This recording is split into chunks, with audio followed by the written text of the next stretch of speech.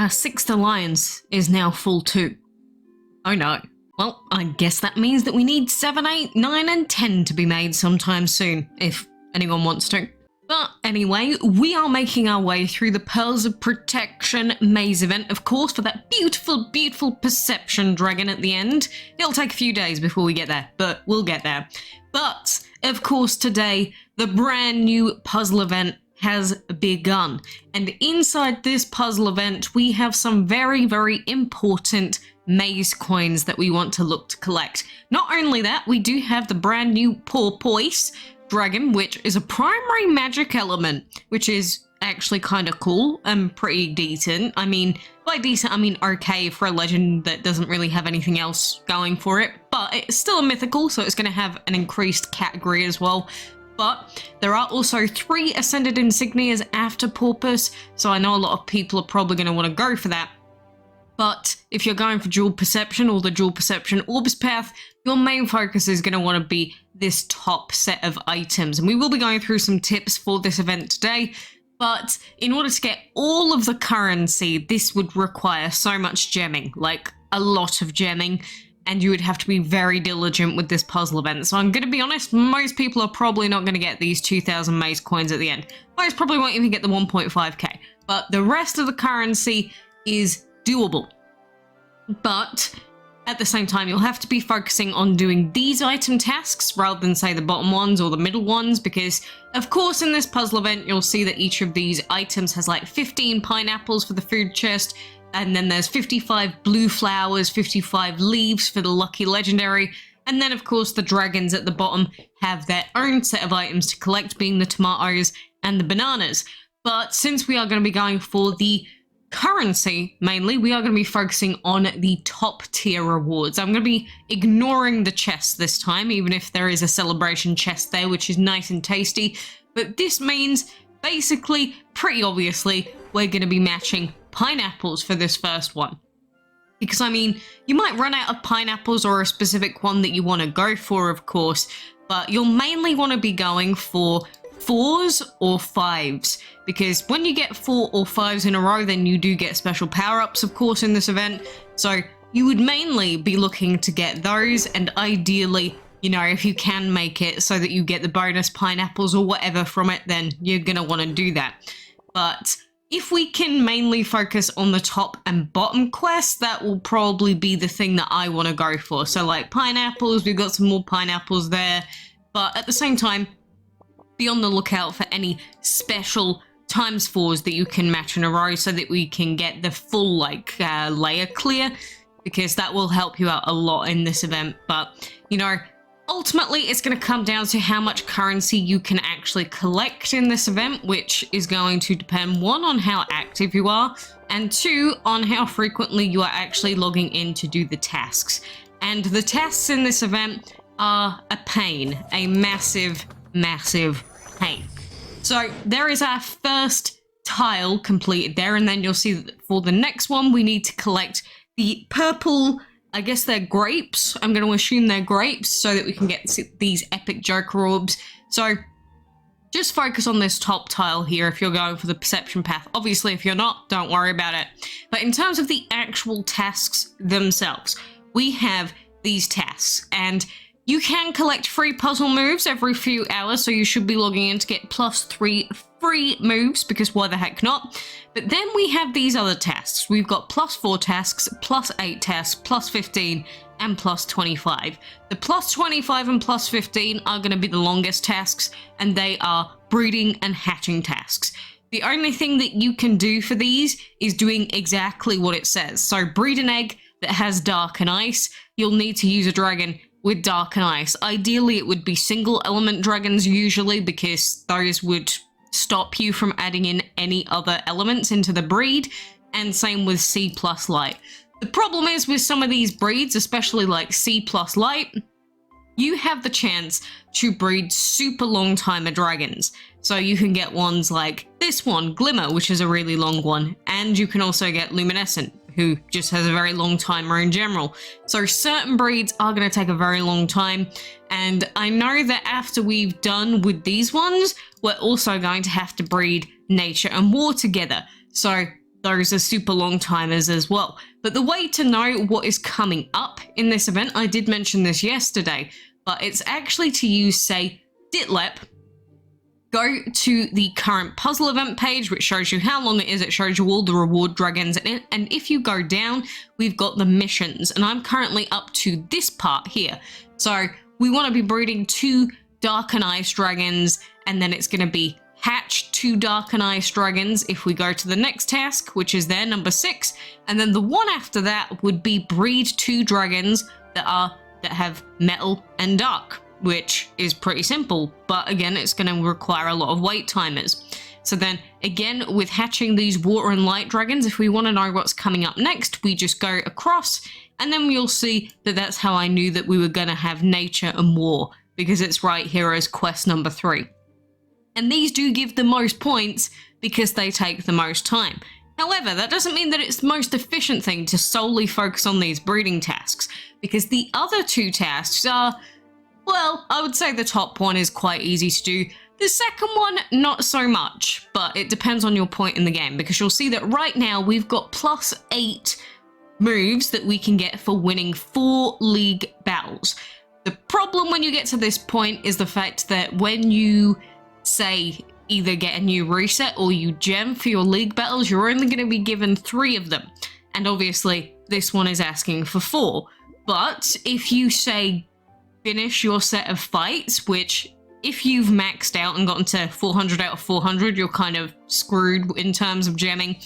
But say we wanted to gem this, just to give an example. If we finish these 2 fights here, our energy will actually reset, which means that then we can do an extra 3 battles after that. Which means that by gemming this once in this instance, we will actually be able to get this task done.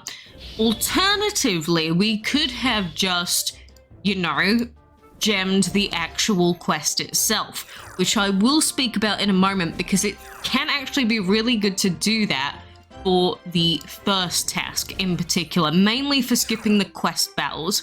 And it's a viable strat because you may skip the quest battles, but then if you can do the other tasks in that set of missions, then you're going to be getting event points still.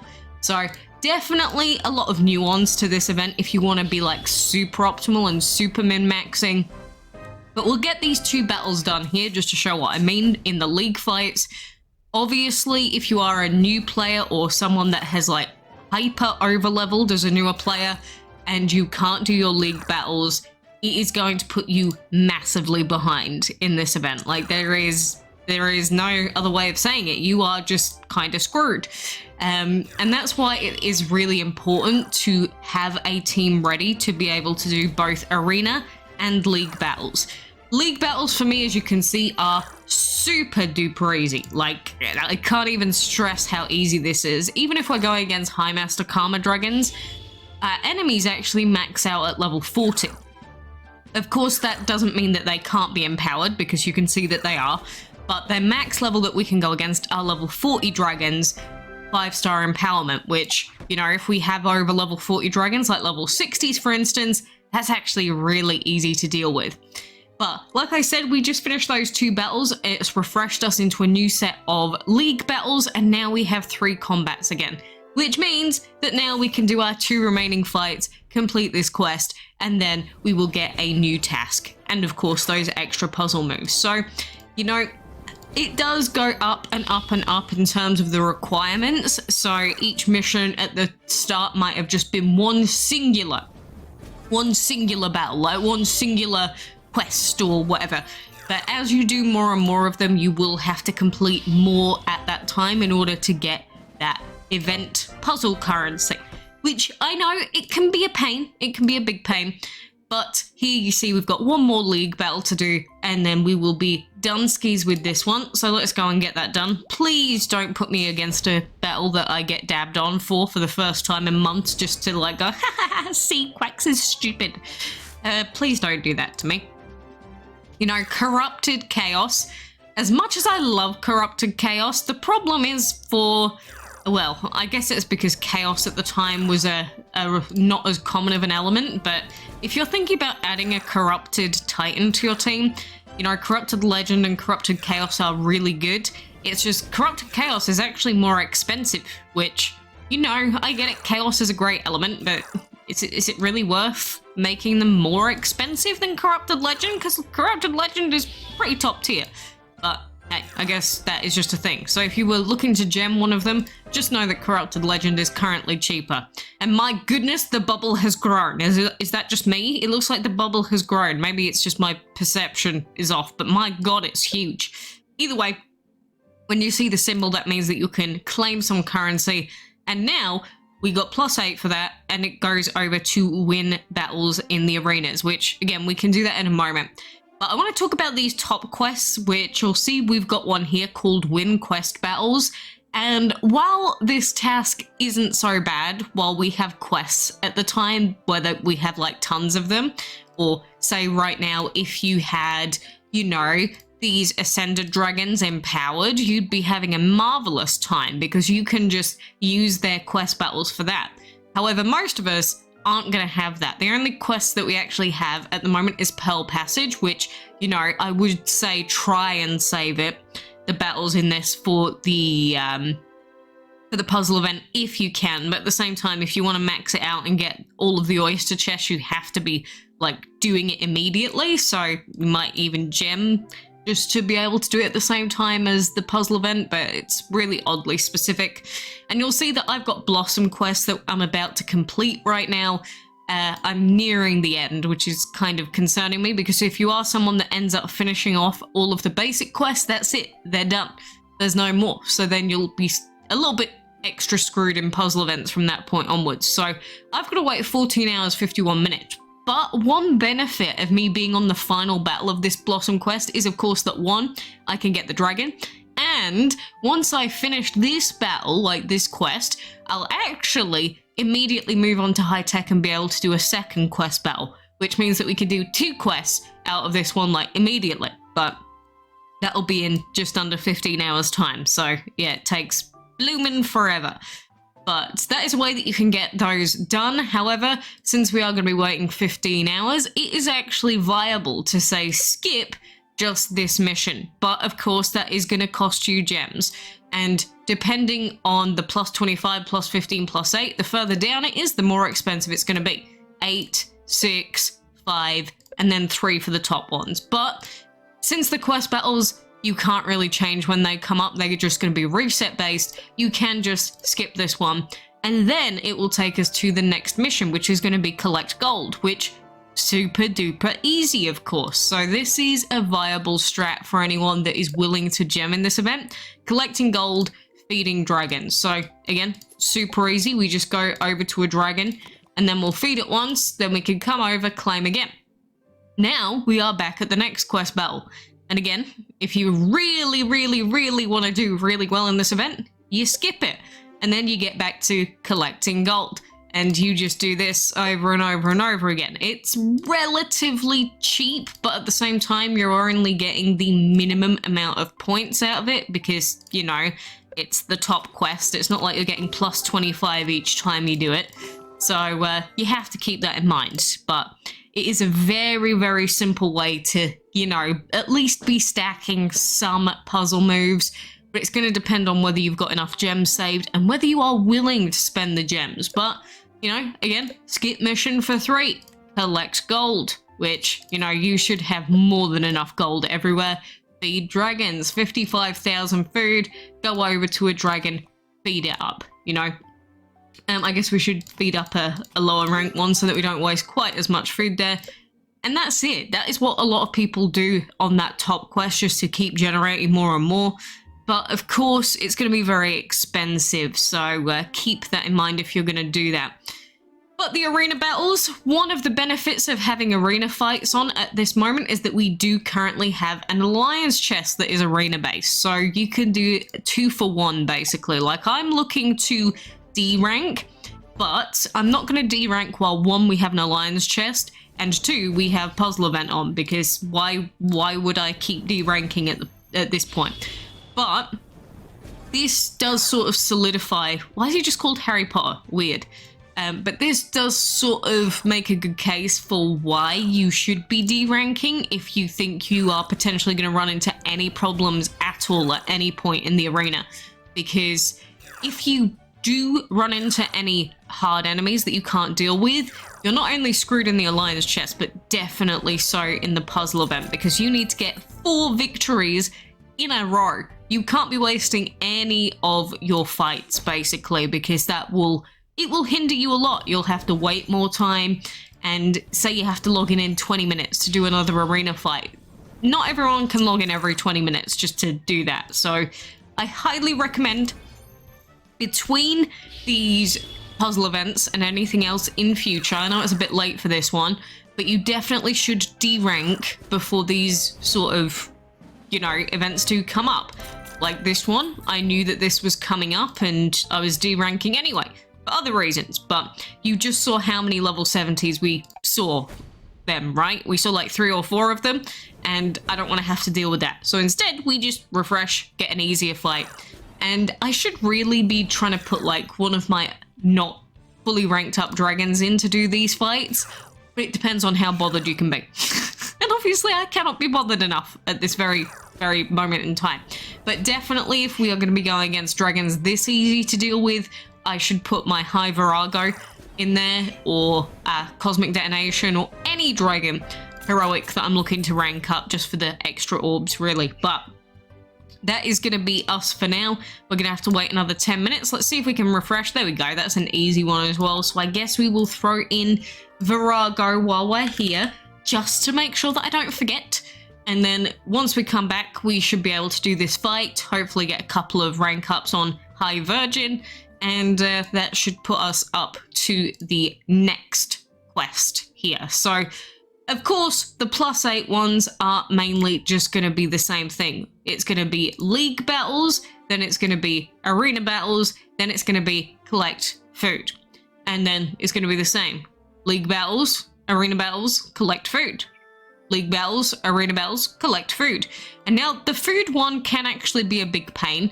And for this reason, in terms of the food itself, I would actually suggest in your farms either only using the 20 million interstellar fruit, but, you know, pacing it so that you only have to collect 1 farm each time. Or early on, you can just keep putting piranha plants in, and then, you know, every 12 hours that'll be ready. And if you do have piranha planties ready, or close to ready, what you can do is you can use your Ramsey, or same with the other ones as well. You can use Ramsey, and then you'd be able to collect from the piranha plants in 3 hours. That is if you have Ramsey, of course. But I do think that, especially considering the food collection quest, like that one is 200,000 food, the only way to really easily do that is going to be with the most expensive food, which is very, very, very expensive. Luckily, there is barely any use for gold in this game, so it is a good time to actually get it used during puzzle events by just throwing in that interstellar fruit. But one thing that I will suggest against, highly, highly, highly suggest against doing in the middle of puzzle events, is using your Speedy and Greedy Tower.